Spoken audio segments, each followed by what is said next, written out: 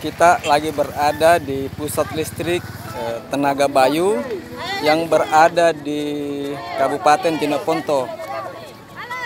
Latar belakang saya ini adalah salah satu pembangkit yang sedang berputar yang ada di belakang saya. Kita bisa lihat.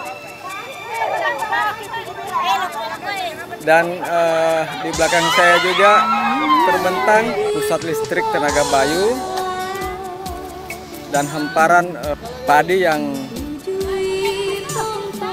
tidak lama lagi akan menguning.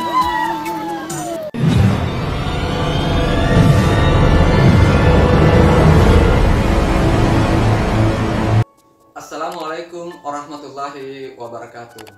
Jumpa dalam channel Andim TV.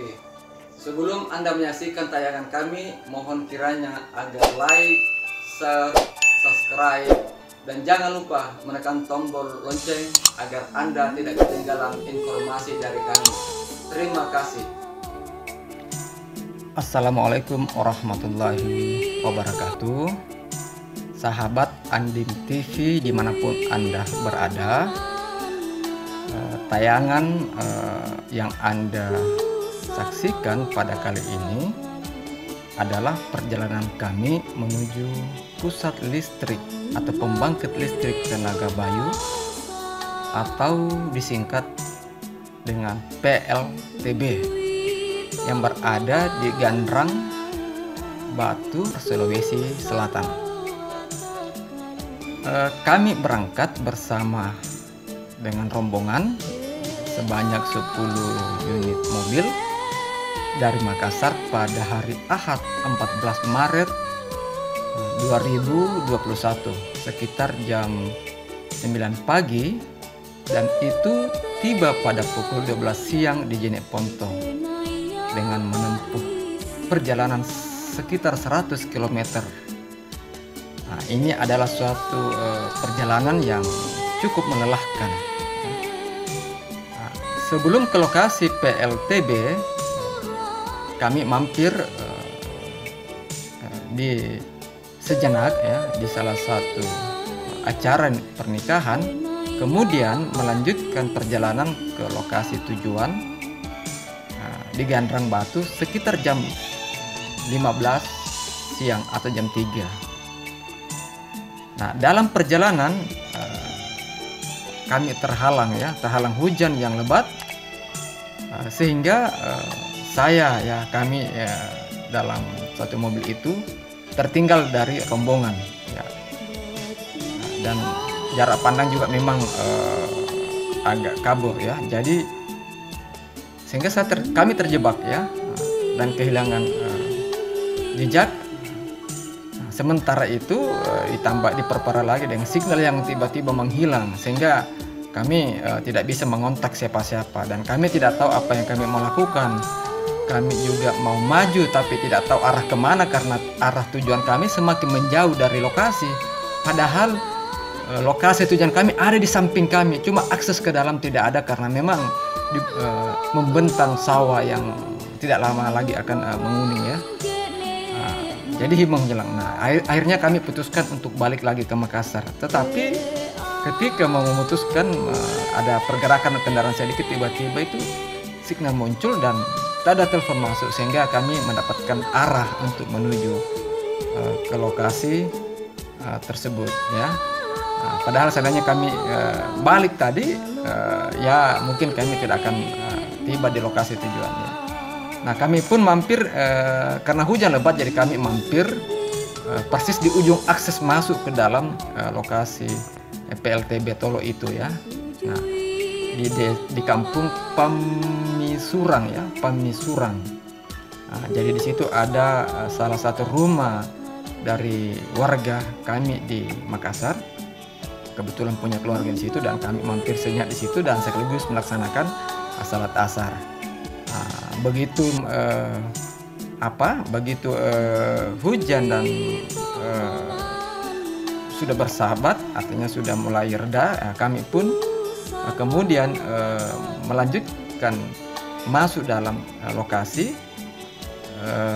sekitar jam 16.30 atau 4.30 sore Nah, ini ya memang agak sulit tetapi penuh tantangan, tapi ya setelah kami tiba di dalam ya apa yang kami inginkan itu terbayar ya, terbayar. Jadi perasaan senang ya, haru, kagum melihat begitu kecilnya kita di depan sebuah masyarakat setempat mengatakan baling-baling raksasa. Ada juga mengatakan kebun angin ya. Kami sangat kecil karena tiangnya saja ketika kami peluk itu mungkin nanti bisa ketemu tangan itu sekitar 4-5 orang. Nah, sebagai informasi yang kami lansir dari kompas.com bahwa PLTB Tolo Jenit Ponto sebutannya itu ya tentu yang dikatakan itu pembangkit listrik tenaga Bayu, atau Bayu itu adalah angin.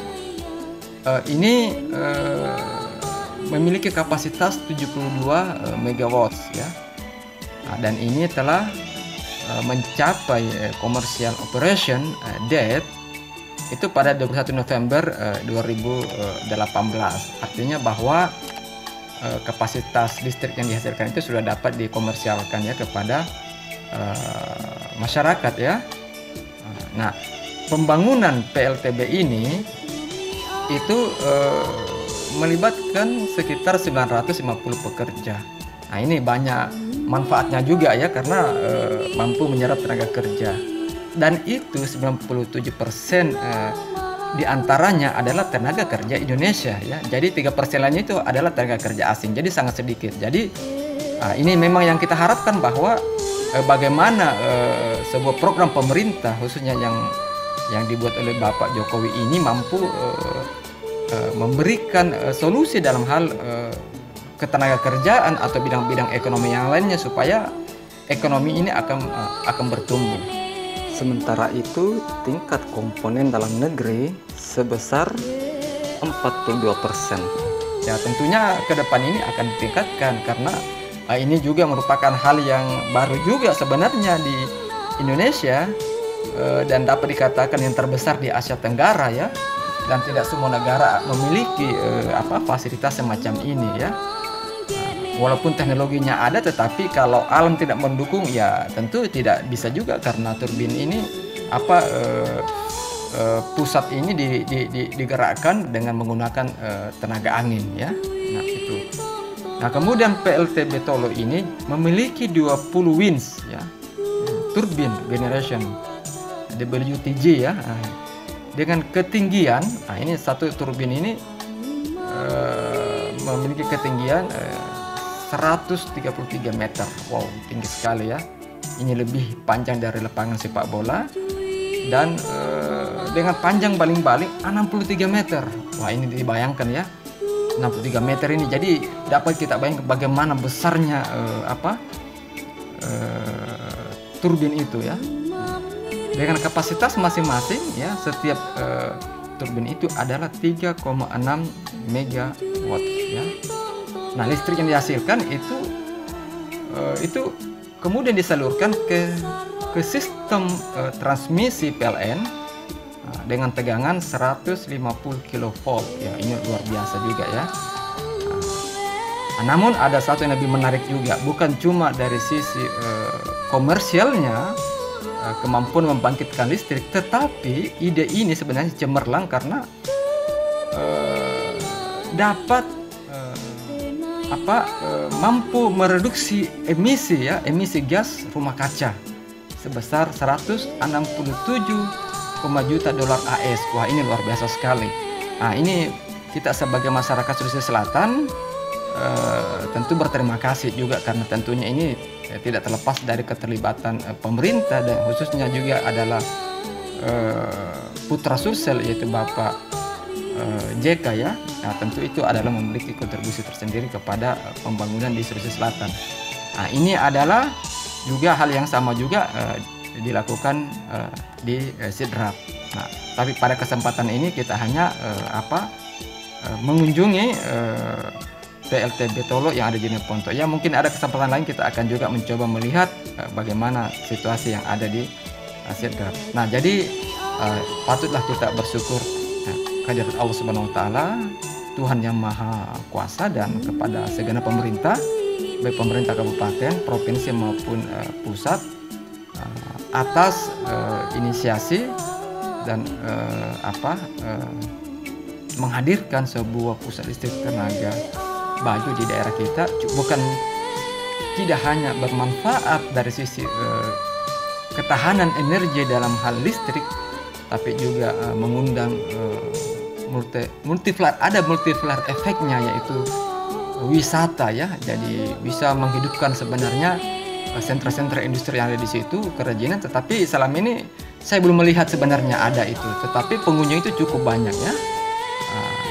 Kami rombongan saja sudah ada 10 mobil ke sana, belum lagi yang ada yang memang sudah ada di sana mengambil gambar, selfie dan seterusnya ya. Dan tentunya adalah juga mengurangi emisi gas rumah kaca.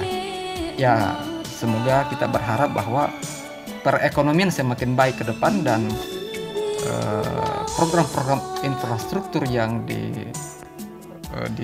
diprogramkan diluncurkan oleh Presiden Joko Widodo dapat terrealisasi, tentunya untuk kesejahteraan bagi seluruh masyarakat Indonesia. Sekian dari tim Andip TV. Wassalamualaikum warahmatullahi wabarakatuh. Demikianlah tayangan kami, semoga memberikan manfaat, dan jangan lupa menyebarkan informasi kebaikan kepada umat.